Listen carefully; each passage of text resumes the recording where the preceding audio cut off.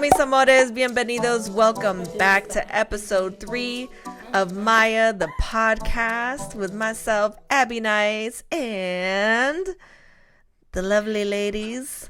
Ariel Yasmine, hello. I'm like, Lornalitz, where you at?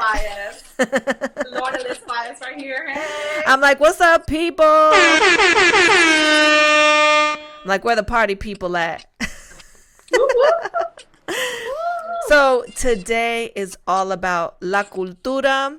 We're going to dive into that in a little bit. Obviously, you guys know we got to dive into a little gossip before we get into the topic that we have at hand, because I think it's important to represent where you're from.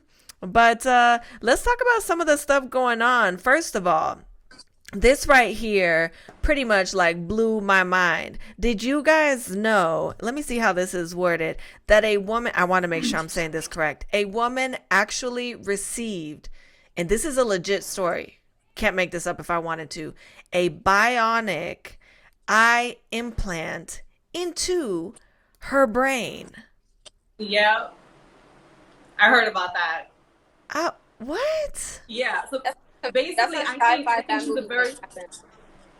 She was what? Yeah, she's like the very first one that they tried it on, right? The scientist. So she's blind, like beyond the retina. So pretty much like she's completely blind. And I think she was Latina too. Her last name was Gomez. And basically what they did, well, what it is that she wears like these black thick glasses that records what she's seeing, and it sends it to a computer that has been implanted in her brain, in her skull. And it's like these like impulses, like these electrical impulses that send signals to her brain, letting her know what she's looking at. But she's blind. Wow, that's crazy. Isn't that fascinating? That's incredible. Okay, that's cool. That was just like some scientific discovery kind of thing, just for funsies. But no, that's like actually has like a purpose. She said just for funsies. But I'm actually legally blind. Like I have to wear contacts, otherwise like I'm considered like blind, and I have astigmatism and stuff. And I'm at a high chance for retinal detachment. So my eye stretches like this, like an oval, and then if my retina starts falling, I'll see like bright white flashes of light, or I'll see like a bunch of like floaters in my vision, and then I'll have to go to like an emergency clinic and have them retouch it. Otherwise, I can actually go blind. So I think that's amazing. Wow, that's crazy. Yeah. I was like, man, I was about to make a joke, and I was like, well, there goes that. This is not the time or the place for it, okay? You ever have people that are so untimely with their jokes? It's like that was not the moment for that. So, wow, that's crazy. I'm so sorry to hear that. That's stressful. Woo. I'm like, hold on, do I need to put my glasses on real quick? So that's crazy. That just threw me out. Okay, so anyway, so from the woman having an eye implant in her brain, which is absolutely mind-blowing. I think that's incredible, because should for any reason that happen to somebody, God forbid, to know that there's some sort of like a backup option, even if it's not necessarily real time, I think is absolutely incredible, because you still get to live life. Like, I think we take for granted the ability of being able to look at each other right now and say, oh, I love your hair, I love your top, to all of a sudden just have to rely on your senses of, touching or having to feel somebody's presence is insane, which apparently, blind or not, this couple, they had an all smart home that got hacked. This is why I refuse to make my place an all smart home thing, because they just can turn on your cameras. They can watch you, activate, deactivate your alarm system. I'm not here for it. I don't know how y'all feel about this, pero para mí, esas cosas no me gustan. I prefer to just stick with the old. If it ain't broke, don't fix it. That's how I feel about it. Well, actually, with the smart homes getting hacked into it, a lot of it was happening through the Ring camera, which that's the company that was really famous for being on Shark Tank, and a lot of them rejected it. Only one of I've never seen the actual show itself, but like one of the like sharks, they accepted it, and it became $1 billion company, and then Amazon bought it out. But the thing is, with the smart camera, it doesn't go off of, it's not an internal system. It connects to Wi-Fi. So what was happening was that a lot of people were hackers were going into the cameras to where they could see into your house, and they could even talk to the microphone to where they're speaking to random people. That's and there's videos that went viral, like creepy hackers or like perverts and stuff are like talking to children like through these cameras. I've seen those videos. That is that just freaks me out. On, you see, you know, it's just like you never know, and I'm just like, and personal like safety and privacy is so important, and these companies, a lot of them, they want to get into your life however they can, and so that's why like Facebook. I mean, they own Instagram and everything, but they're not private. They want to go into your whole phone. Same thing with Apple. It's like they really want to see every single aspect of your life. So I think, I mean, having cameras and stuff outside of your house is great. It's great for personal safety and to be able to see what's going on. I'm like, yes, outside. Yes. But otherwise, keyword. Yeah. I mean, I have mine facing a wall to where it is not in any way exposing the rest of, you know, my place and where I live or the location of where I stay. But that scares me. That's crazy. To have your baby in a room. Like, what? And some weird person is just y'all got too much time on your hands. Mental health, last episode that we were talking about, is everything. And this is why it's so important to be, you know, well informed, because Lornalitz, could you imagine somebody sitting there talking to your little baby? What? Like, listen, I don't have a smart home. You know, I do have cameras like in the nursery, and I have cameras around my house, and I have Alexa. And one day Alexa just started talking out of nowhere. Like, I didn't ask her to play a song. I didn't ask her what time it was. And that freaked me out. And she was just like rambling, and she was talking, and my son was in the room, and I'm like, what is going on? Like, that freaked me out. You know what I'm saying? So it's crazy how technology has been like advancing. But I feel like, you know, if scientists could create a way for the blind to see, then there has to be something created to protect unhack from that. The hackers. Take back all that extra space. They got too much leverage out here. I think the government has way more advanced technology than what we have access to. Oh, for sure. Yeah. I don't doubt that for a second. Yeah, so they give us smartphones, and everyone's like, oh my gosh, this is amazing. But I think they've probably had stuff like that for a while. And it's a they're control getting way tool. more invasive.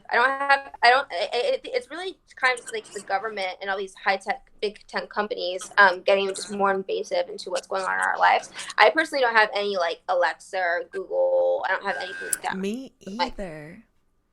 I'm like an old, boring person. I'm good. I'm like, in this contract it says anything they record, they can send it to the companies and they save it on file. So. Yep. So there it is. Not a good look at all. Well, the government, I feel like, always runs super deep as far as like we never really know what's going on. You know, today's episode is all about culture. And, you know, for those of you that don't know what la cultura means, it basically means the culture. I thought it'd be, you know, kind of quite. I was looking around, I was reading some things, and I'm not sure if you guys knew what the heritage of Latin America is. This is a little bit of news to me. But it's indigenous, European, African, and Asian. And it's composed of like those languages and traditions, which I thought was really cool. But I know that, you know, we all take pride in identifying where we're from and our heritage. Like me personally, I've been really big on this. I've said this a lot. I'm very proud of where I'm from. I'm from Spain. I was born there. I went to school there. My family's all there. And I know that I don't speaking like this to everybody, okay? But I do speak both languages the same way. I take a lot of pride in being from Madrid, the outskirts of Madrid, and being from un pueblo, which is a really small village. And I know everybody doesn't identify the same way. Here in the U.S., people are so judgmental. And then I feel like it's like if you go to New York, you got Brooklyn and the Bronx. Don't you dare tell someone from the Bronx that they're from Brooklyn, because it's going down. It's about to be a fight. period in 0.0001 seconds. But or, I think that, don't call a Puerto Rican Dominican. Or don't call a Puerto Rican Dominican. People or call Dominican me Mexican sometimes. They're like, you don't look like a Mexican. I'm like, but I'm not Mexican. So that kind of makes sense. Okay. I'm European technically, but I'm Spanish. And so we all take pride in where we're from, our hometowns. At least I do. I think all of us do. We got these little things that we put up representing our flags and our heritage, what we connect to the most. I was excited about that. My name, my alter ego is Sazon, okay? Because my friend Shay says that I'm hot and spicy with my attitude. And I'm like, I'll take that. I'll take Sazon. I like me some Sazon in my food, so I'm cool with it. Lornalitz is our Lola because she's sexy. She's about it. She's a businesswoman. She's doing boss things. And then we've got our beautiful, beautiful Ariel. She's like a little doll. So she's our little muñequita. And I think we should dive into the representation of where we come from, because I'm completely in love with where I'm from. If I had to pick, I mean, the decision would take me no time. It'd be 0.001 seconds. But, why don't you ladies share a little bit about why you feel the way that you do about where you're from and what you're representing as far as your heritage with your flag. Because I know we about to have some debates with you, Ariel. That's going to be so good. I'm ready for people to dive into that because, listen, she is loaded and ready to go. She don't care what anybody says, what you're bringing to the table. She's like, I'm going to let y'all know this where I'm from, this where I represent, and these are all the reasons why. She's like an attorney. She's ready for the argument. So before we dive into yours, I'm going to go ahead and let Lorna represent Puerto Rico. La huepa. Yes, huepa. So I'm Boricua, but, I guess you could say I'm Nuyorican because I was, born and raised in New York, but I represent Puerto Rico all the way. I do have Japanese also in my blood. Unfortunately, growing up, I haven't had the chance to really tap into my Japanese side, but I represent Puerto Rico all the way. And I'm super proud. I mean, there's not one Puerto Rican that you're going to meet that's not proud. I mean, we have the biggest parade in New York City, Period. So, and it's just something I'm proud of. It's my roots. It's my heritage. Boricua, it stems from Boriquen, which is the indigenous people of the island. That is what they called the island before the conquistadors came and changed the name to Richport, which is Puerto Rico. So, when I say where I'm from, I say I'm Boricua because I resonate with that. Puerto Ricans, we're mixed. We're mixed with Taino Indian, African American, Spaniard, and so, I mean, it's such a beautiful culture. And being Latina, period, I'm just proud to be Latina. So, it wasn't even a thought when Abbie, aka Sazon, asked me who am I repping. I was like, I'm repping Puerto Rico all the way. Although I was born and raised in New York and I'm American, but I resonate more with my Latina side. That's the home side for you. Yeah, that's for me in Spain all the way. I'm like, just because I don't look it, don't be ignorant and just assume that people have to be this or have to be that. It's a very personal decision to each person what they choose to represent. Because I can sit here, yo puedo hablar en español de la misma manera, but, I shouldn't have to feel like I got to disclose that to everybody. Hi, I'm so-and-so, I'm from Spain. Like, what? So, Ariel, we all know MIYA is all about, embracing the Latina powerful side that we have as well. That's kind of at the root of what we're building with the show. But you, my dear, have chosen the American flag because you are the perfect mix of all the things. So for the people out there that are going to be like, oh, she don't want to represent her country. She thinks she's too good. She's not that. She don't even want to claim Mexico, because you're going to get that. Let's go ahead and clarify for the people why you made that decision. Okay. Well, I am mixed. I'm mostly Spanish, Mexican, and German. The culture most present in my household is Mexican with a bit of German. But the thing is, I was not born in Mexico. I did not immigrate from Mexico. My grandma, she immigrated from Merida, which is like by Cancun, so it's like a very tropical vacation type of like touristy village, and it's just beautiful.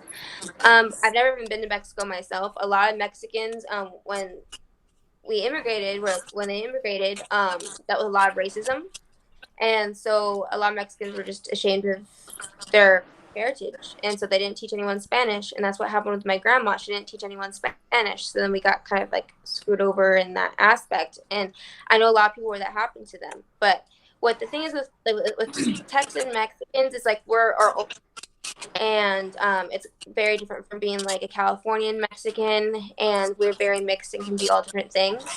A lot of people have misconception, like they in their brain when they picture a Mexican, um they picture what's more native. And so a lot of times people were like, oh, you don't look Mexican, and I'm like, yo, look up what Miss Mexico looks like. That's what I tell them. Like, I'm like, I'm like, look, because like they're the general coloring and everything of like what I am. And so like I know I'm part native. I know that I'm also part Spanish. um and I know where I come from, but I'm born in the U.S. America doesn't have a specific race connected to it. It's diverse. It's all things put in one. And so I just tell people a lot of times I am Texican, and I love being Texican. American. I love my country with all my heart. I love America. We do have our flaws, but because of the love I feel for it, I see the improvements that we can make and where we can just grow as a country together. And with Mexico, it does have its beautiful parts as well, but there are, femicide, for example, is very high in Mexico. It's like there's a lot of things for like the way they treat women over there, and how crooked the government can be over there. And it's just like, yeah, but when I tell people I'm like, I'm American, my grandma that immigrated, she says she's American. She loves the US. She hasn't gone back to Mexico, and there's a lot of people like that because it's everything for them is here now. And Mexican culture is so rich in Texas and California. There's no major need to go back to Mexico. We kind of have everything we need here. We get all the good bits of our culture, and I kind of appreciate my culture more through action, through the way I cook. We do a lot of Spanglish in my house. Like we have our we have our like the fuzzy Mexican blankets. Like I didn't even know they were Mexican for the longest time. I just thought they were normal, and then I was like, oh, okay. Like it's just like little things like in my house. It took me a while to realize they were Mexican, and like even when I was little, like I didn't know being Hispanic was like a separate race. So when people asked me what I was like, oh, I'm white. And they're like, what? Because like they can tell I don't look like, I'm not like white like that. Mm-hmm. Like when I'm next to an actual white person, you can like tell there's like a very clear difference. Like everything I book is for Hispanic roles or ethnically ambiguous. That's what I'm deemed as by the industry.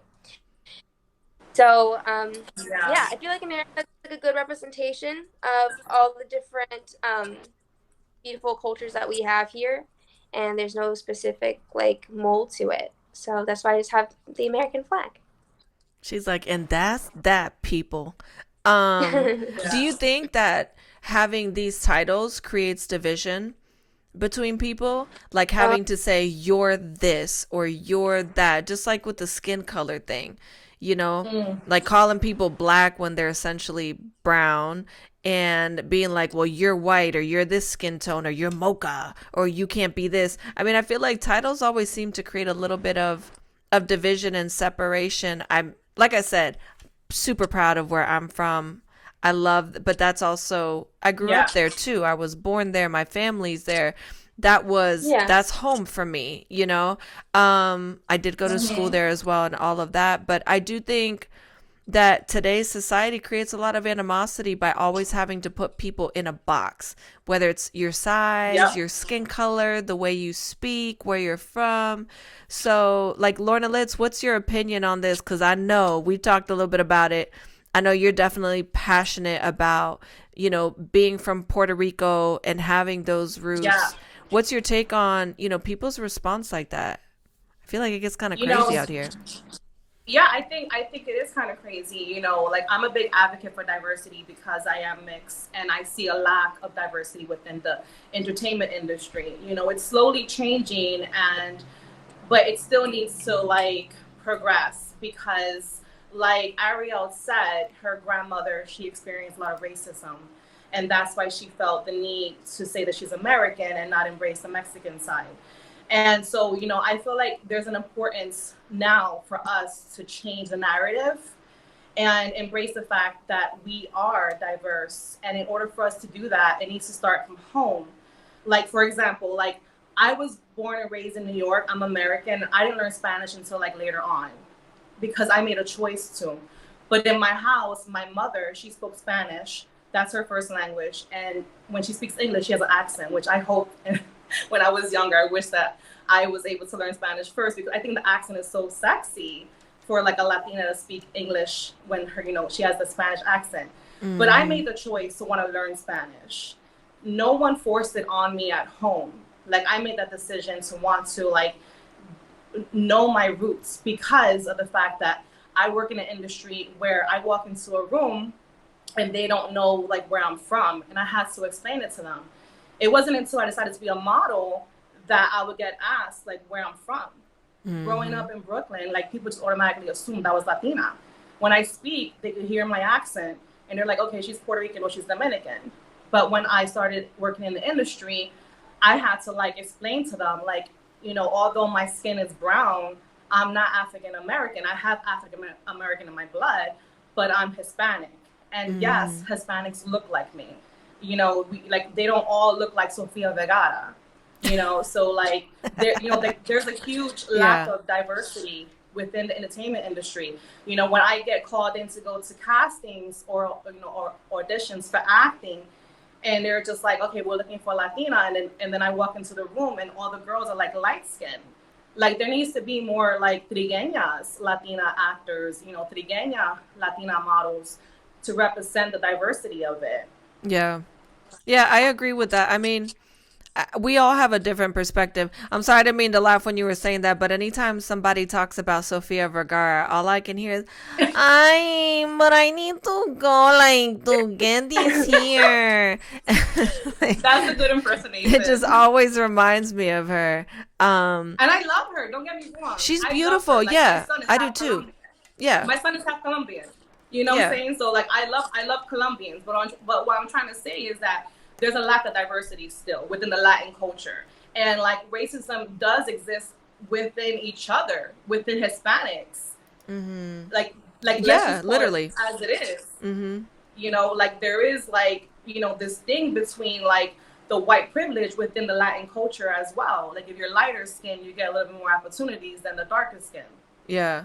Ariel, like, or what do you ladies think? Why do you think there's such little representation for us here in the US as far as like Latin culture is concerned, right? Because you can be American but have those roots and still have no representation on the big screen. There's, I mean, it's such a limited space as far as like what we can look at or look up to as little girls. Why do you guys think that's the issue that, I don't know, it's kind of like a constant ongoing thing here in America? I feel like, well, in the U.S., I feel like a lot of people are extra obsessed with race.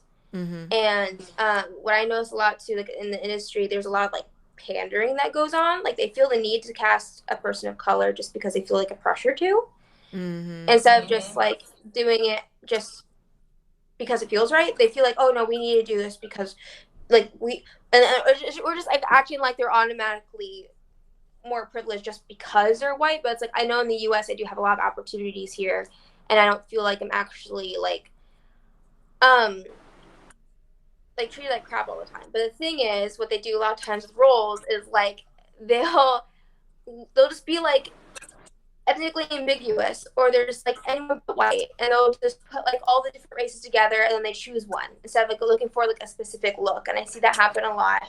And I don't know, and I feel like a lot of people they're so obsessed with it. Like, you can be American, but you can still be Mexican. You know, like right. Being American just means that you're just from the U.S. You don't have a specific color that's linked to it. Mm-hmm. So it's like, and then you can still feel love for being Mexican, but then feel love for being American. You know, so it's like, and some of it's just like your background on it. Like that's, like what you're talking about, like how they have such a stereotype for what's Latina, like. for example, my hair is naturally lighter brown. Like it could be blonde really easily with Mine just too. like barely, yeah. So because I'm still part Spanish, and my mom when she was little, she had blonde hair, and then it got a little darker. But it's like I've been dyeing my hair dark for some time now, and I kind of have to keep it this way because then as soon as it's a little lighter, people are like, she doesn't look white enough, but then her hair is too light to be Latina, and it's kind of frustrating. Or it's like Lornalitz, I know you've dealt with that. Like maybe yeah, because not Oh being dark yeah, enough to be, an African American role, but then not yeah, quite the right mold to be in the Latina space. like I had to tell my exactly. friends Or like, because oh, like I'm sorry, Ariel, but like, like piggybacking to what Abbie just said. Yes, Abbie, and like, or if I'm not dark enough to be African American, or like my hair is too good to be considered African American. It's like all these like stereotypes. I'm That's like, so what? Like, rude. What is how is wrong with that even people? like a thing? You know what I'm saying? Like in my family, being Puerto Rican, my niece has blonde hair and blue eyes, and then I have uncles that Hmm. are dark with like light eyes and straight hair. Like we're just so diverse, Yeah. and, yeah, and that's the beauty of it. I love that. Like I you mean, know what? I love having a difference in what we see in the world. I mean, my eyes are hazel. Sometimes they're really green, sometimes they're Yeah. brown, sometimes Oh, I don't that's even know what pretty. color they are. But my mom has like brown eyes like you, Ariel. And I love it. I think brown eyes are really Yeah. beautiful too. And people sit there and are Whatever. like, it's just this, it's not blue. I'm like, what's wrong with people? It's No, that box. I've experienced racism for being Mexican, but then I've experienced racism for being too light for them. So it's just like, I mean, a lot of it's like people have their like twisted perceptions of what they think everything is.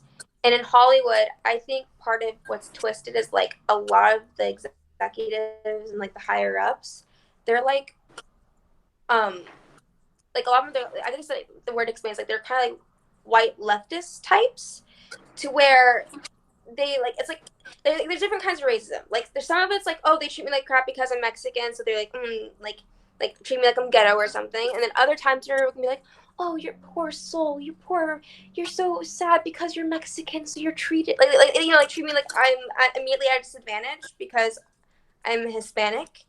But it's Hmm. like so there's kind of like two sides to it, kind of depending on where you're at. And Definitely yeah, two a lot of time sides.